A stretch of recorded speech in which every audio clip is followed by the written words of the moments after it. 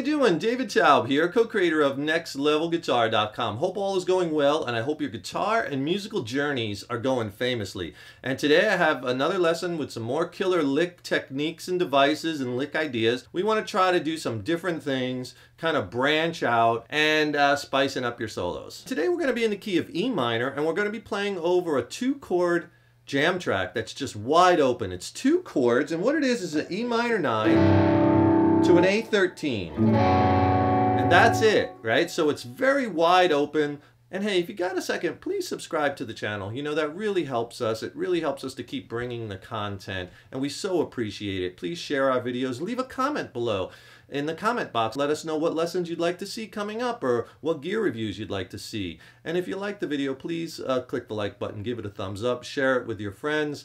Hey, thank you so much. We so appreciate it. We really want to make sure that you know the chords for which you're playing over, because it's the chords that really give you the full roadmap to what you can use soloing and improvisation-wise. The key is good, but it's only a part of it. I'm going to use E Dorian. It's the second mode in any major key, and it's awesome because it gives you elements of both minor and major sounds. But over minor chords, it's really dark and mystical sounding. It's an awesome mode. Here's one shape for E Dorian.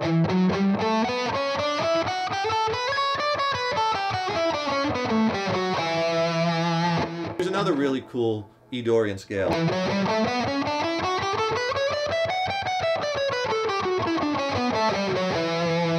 And the notes in E Dorian, just so you know, are E, F sharp, G, A, B, C sharp, D. And there's a lot of different ways that you could think about it. I tend to think about it more as I'm playing all my D major scales. I'm just focusing on the E notes. D major, same notes as E Dorian, because E Dorian is the second mode in any major key, and the second note in a D major scale is E, so E Dorian. And if that's a little weird, don't worry about it. I don't want to throw too much theory at you. I just want you to get playing the guitar, having fun, making some noise, right? But just so you know, if you want to think about it, if you know a lot of major scales, play all your D major scales, but emphasize, focus on the E notes, E, because we're in E Dorian. Or you could also use your, if you know like your natural minor scales, B natural minor is the minor, relative minor of D major.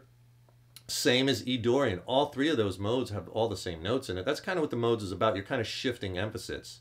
You could play B natural minor scales, B Aeolian mode, but focusing on the E notes because we're in E Dorian, right? So it's really all about emphasis, the mood you want to create, and the sounds you want to create. Those are the 3 biggest things. I'm using E Dorian because I really like it, but you could blast E minor pentatonic and blues over these chords, licks and arpeggios that I like over these chords. Here's a cool lick that I like that works well over the chord change. Okay, here I'm bending my 10th to 12th fret. I'm bending that A to the B note, and I strike it while it's bent. Then vibrato, then some quick legato. So I'm doing one pick, and then I'm hammering and pulling off. So I'm on this F sharp note, which is the 7th fret on the B string. Hammer 8, hammer 10, pull 8, pull 7. Get that. I'm going down this Dorian scale, ending on that C sharp over the A13 chord, right? So it's the last few notes are 9th and 7th fret on the G, and I land on that C sharp, which is at the 6th fret on that G string. Right? You could do all kinds of those hammers and pulls off of that scale. I like this kind of arpeggio sound. It's kind of, if you look at an E minor, kind of like an E minor 9 arpeggio, or if you look at this like a B minor triad, part of this B minor chord, right? It's kind of this diagonal minor triad here, but I'm playing it on that E, like focusing on the E, and I'm including an F sharp, so it's kind of like E minor 9. So, so 4th fret on the G, 3rd fret on the B, 2nd fret on the high E, then you can go up to the 5th fret, slide 5 to 7 on the on the high E. Slide back, and then get to that E. It's a cool lick. Or you can go to the B, and I'm sliding and sliding back and pulling, all with that same one pick. You're landing on the A, go back to that A note, right? But you might think of this as B minor, or, you know, D major, or E Dorian, right? It's all the same notes. All the same notes, it's just what you're emphasizing, right? What note you keep landing on, going back to. Here we want E. E Dorian. But there's a lot you could do down there. You could even do that, some of those legato. Here it's nice because it's the same fingering on adjacent strings, 4, 2, and 1. So that's a 5th fret.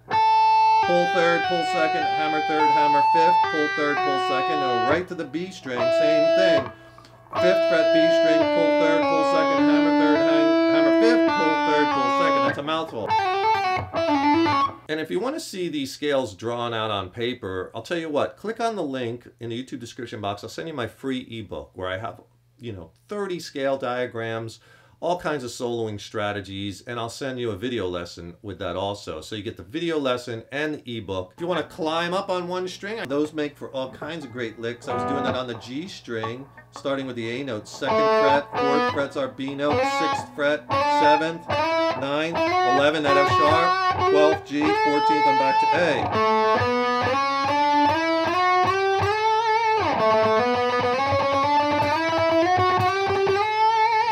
I was even doing something like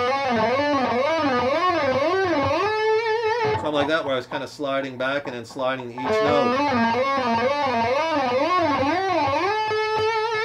Kind of flashy and fun, right? So knowing the notes on each string horizontally just as important as knowing them vertically in the scale form. And you could keep it simple too if you just want to play like minor pentatonic or minor pentatonic and blues. I was playing this one.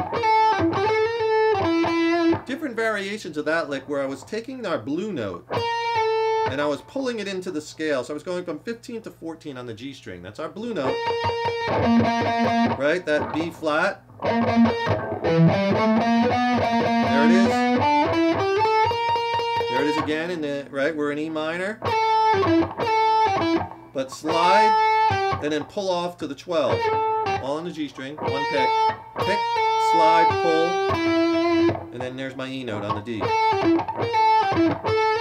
And then as to vary it, you could start it on the 14th, slide 15, slide 14.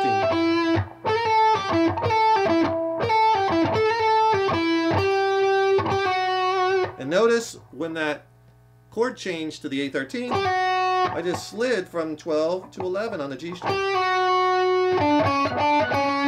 And I think I even did the same thing, 12 to 11 on the D string. So I'm landing on that F sharp or that C sharp. Remember, we like those notes, so I know where those notes are around the neck. The importance of knowing the notes, right? So you have these strong endings to your licks. Right?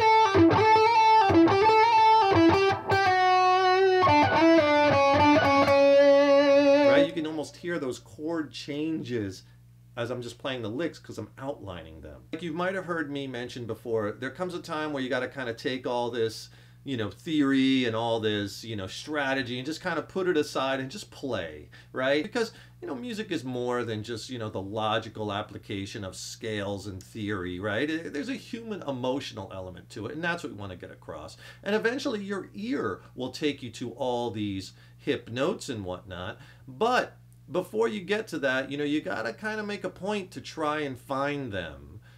Before you're going to get to the point where your ear can take you to them. So this methodical approach we're doing, I find, really helps with students. And then once you latch onto it and work on it a while, it becomes like automatic. I hope this lesson has helped you, and I hope you can pull some things out of it that you could use along your guitar journey. Remember, please subscribe to the channel. That really helps us to keep bringing the content. Please, if you like the video, click the like button, share the video with your friends, give it a thumbs up. And hey, if you want that free video lesson and ebook, I'll put those links below. Stay tuned. I got a lot more killer content coming. Thank you so much. I really appreciate it. We all do here at Next Level Guitar for your continued support. And remember, your guitar playing is an evolution. I'll see you in the next lesson.